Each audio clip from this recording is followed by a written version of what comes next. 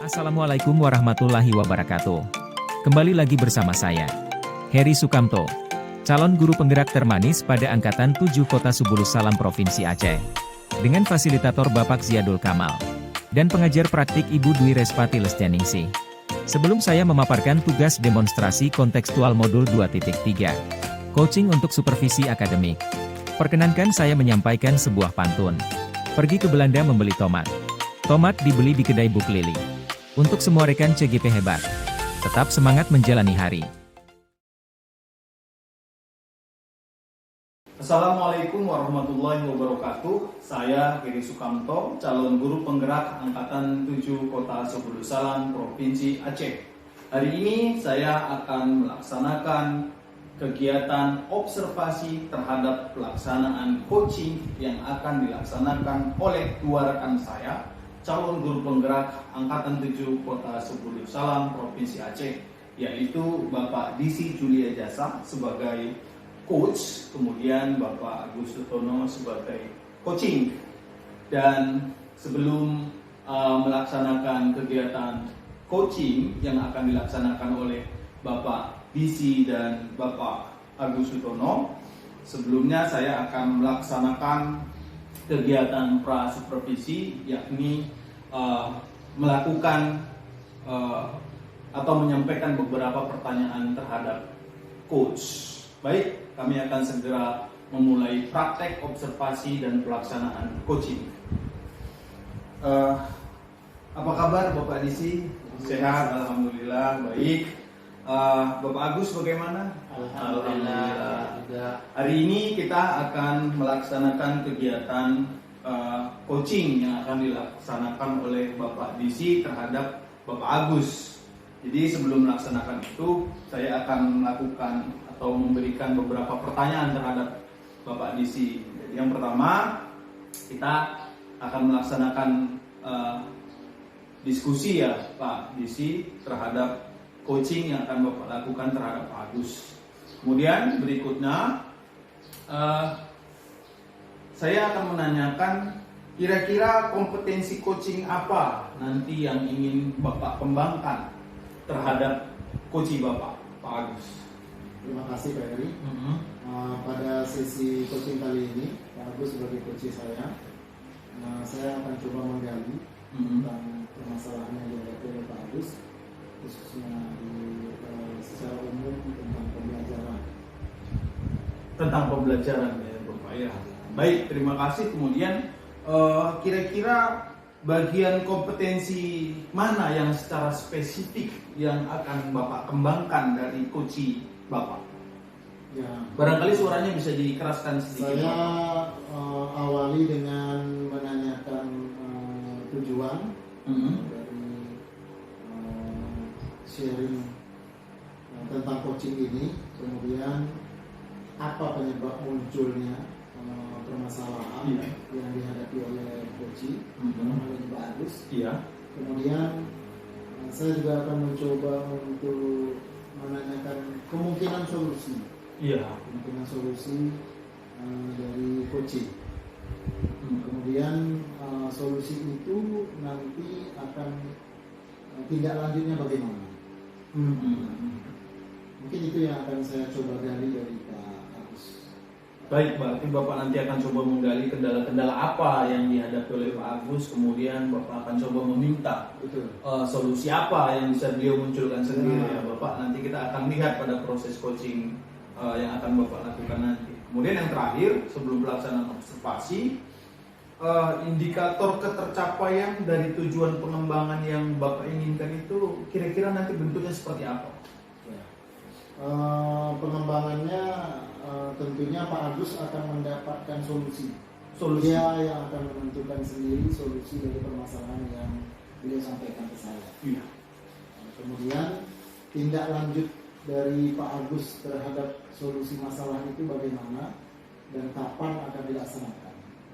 Itu yang akan menjadi pengembangan. Berarti akan menggunakan alur tirta, itu Bapak? Memakai alur tirta untuk mencari solusi terhadap apa yang menjadi masalah coaching dalam hal ini Pak Agus. Baik, terima kasih Bapak. Baik, Itu tadi adalah bagian dari prasupervisi. Kemudian berikutnya kami persilakan kepada Bapak Disi dan Bapak Agus untuk melakukan kegiatan coaching, dan saya akan melakukan pengamatan terhadap kegiatan coaching yang Mbak Disi dan Pak Agus lakukan. Waktu dan tempat kami persilahkan. Terima kasih Pak Heri. Bagaimana kabarnya Pak Agus? Alhamdulillah baik sekali. Sehat ya? Sehat. Masih di SMP Lompik Pak Agus? Ya, SMP 2 Lompik. SMP Lompik. Apa nih yang bisa dibagi ke saya tentang masalah yang Pak Agus hadapi? Masalah yang dihadapi yang pertama itu nilai-nilai ujian formatif itu siswa itu sangat rendah. Rendah Pak ya? Ya. Apa yang menjadi indikator Bapak mengatakan bahwa nilai dari anak-anak itu rendah?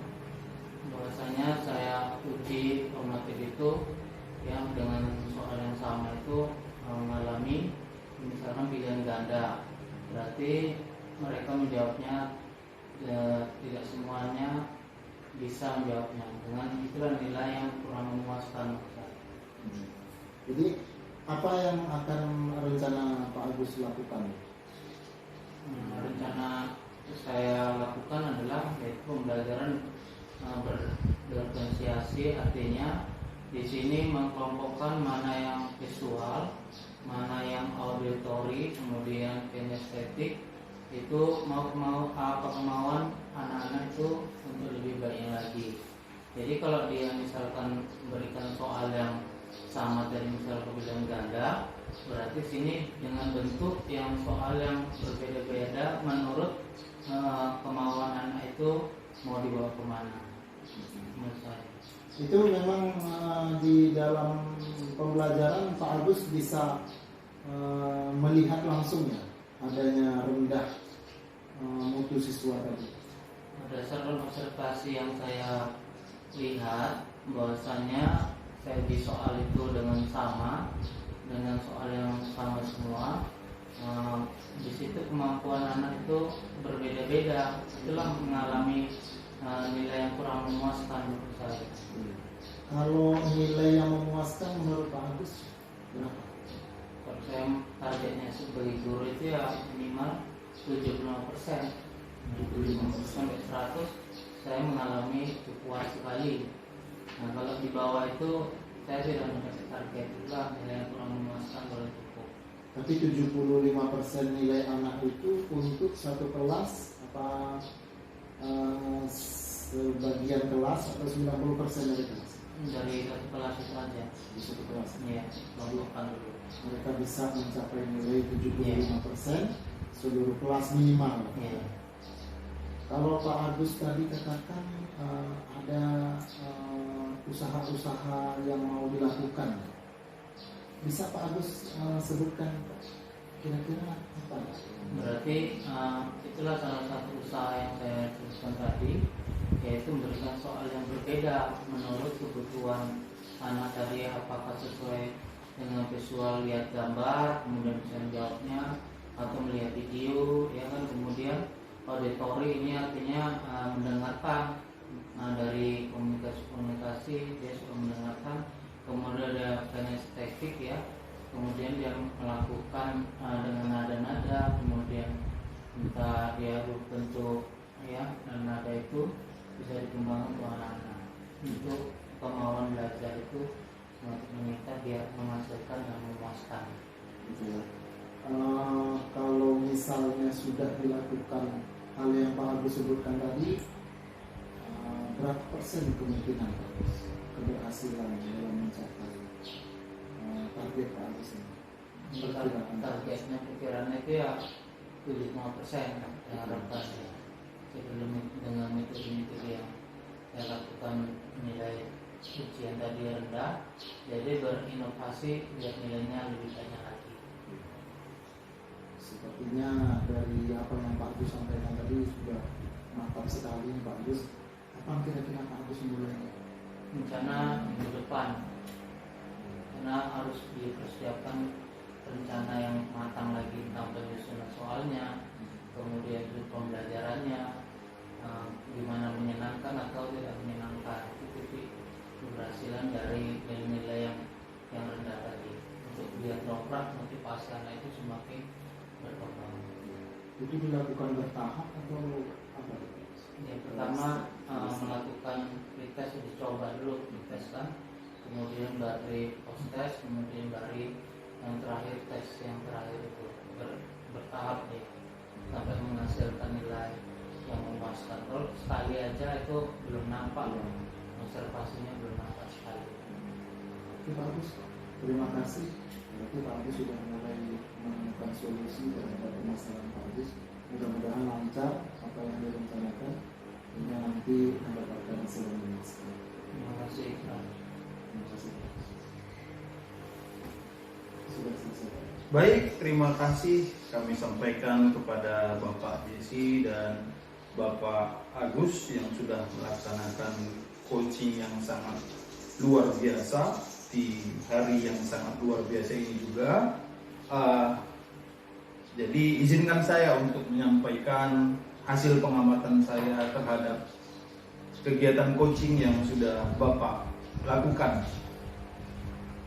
Yang pertama, Bapak, saya sangat mengapresiasi atas kegiatan coaching yang sudah Bapak berdua lakukan.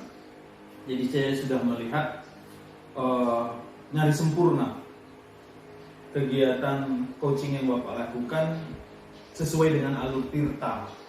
Jadi saya sudah melihat alur tirtanya sudah berjalan sesuai dengan alurnya.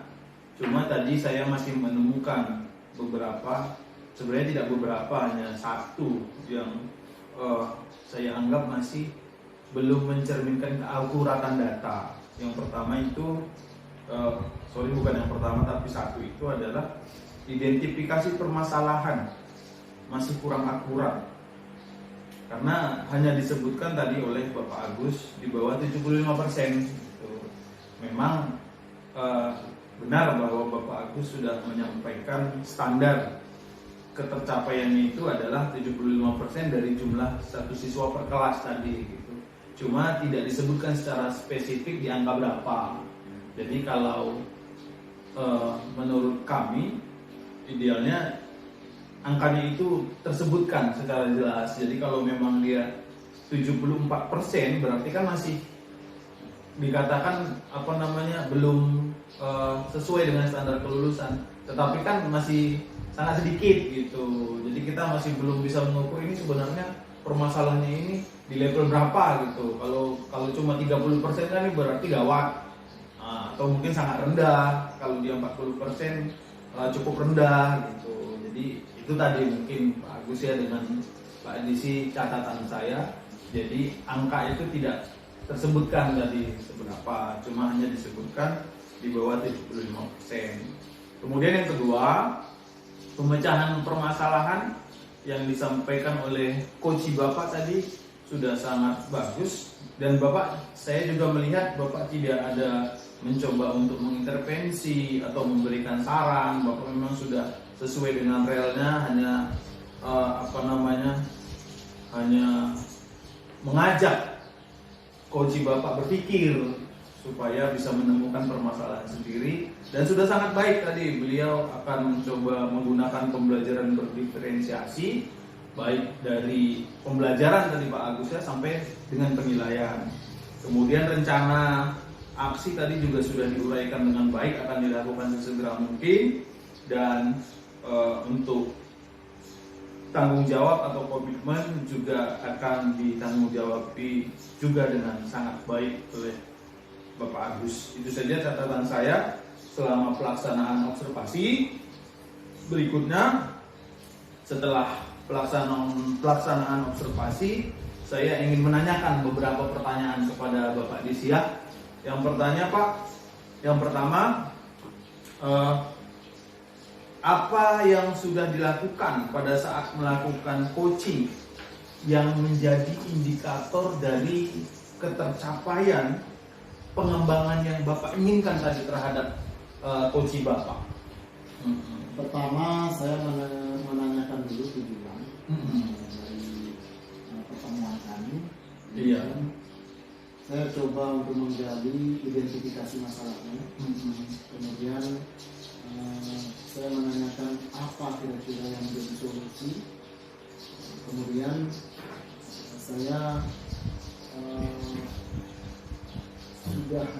melakukan langkah-langkah tirta di dalam mengajak Pak Agus untuk sama-sama mengajak Pak Agus untuk bisa menemukan solusi dari masalah yang beliau share ke saya. Baik, terima kasih Bapak. Jadi dari apa yang Bapak lakukan tadi sudah sesuai semua ya Pak ya, dengan alur tirta, kemudian untuk tujuannya jadi juga sudah sangat jelas ya Pak ya, apa yang mau dikembangkan, kemudian identifikasi saja tadi yang masih belum akurat data angkanya ya. Kemudian berikutnya kira-kira kompetensi apa lagi yang ingin Bapak kembangkan dari coaching Bapak berdasarkan hasil pelaksanaan coaching yang baru saja dilakukan? Ya. Sesuai dengan yang saya lakukan tadi, tentunya yang dikembangkan selanjutnya adalah pemecahan masalah, karena itu memang poin terpenting dari apa yang disampaikan oleh Pak Agus tadi. Kemudian beliau juga menyampaikan adanya pengembangan diri beliau dengan membuat pembelajaran yang berdiferensiasi agar anak-anak mampu untuk mengikuti pembelajaran lebih baik dan tujuannya meningkatkan mutu siswanya tadi. Kemudian kami menanyakan kapan waktu akan aksi terhadap solusi masalah Pak Agus, dan Pak Agus sudah menyampaikan akan dimulai sesegera mungkin. Baik, terima kasih Bapak Agus. Kira-kira bagaimana apa yang dirasakan dengan pelaksanaan coaching yang baru saja dilakukan? Rasanya senang sekali karena bisa menemukan permasalahan yang saya hadapi, kendala yang saya hadapi. Mungkin selama ini ya pengamatan siswa itu terhadap saya itu selama melakukan otak terhadap coaching saya ini, saya berpikir bahwasanya ada pengawasan untuk diri saya dan bisa berkembang siswa lagi ke depannya. Baik, terima kasih Bapak Agus dan terima kasih Bapak Desi. Demikianlah hasil kegiatan observasi pelaksanaan coaching yang dilaksanakan oleh rekan kami Bapak Desi Surya Jasa sebagai coach dan Bapak Agus Sutono sebagai coaching. Terima kasih atas segala perhatian, mohon maaf atas segala kesalahan. Billahi taufik wal hidayah. Wassalamualaikum warahmatullahi wabarakatuh.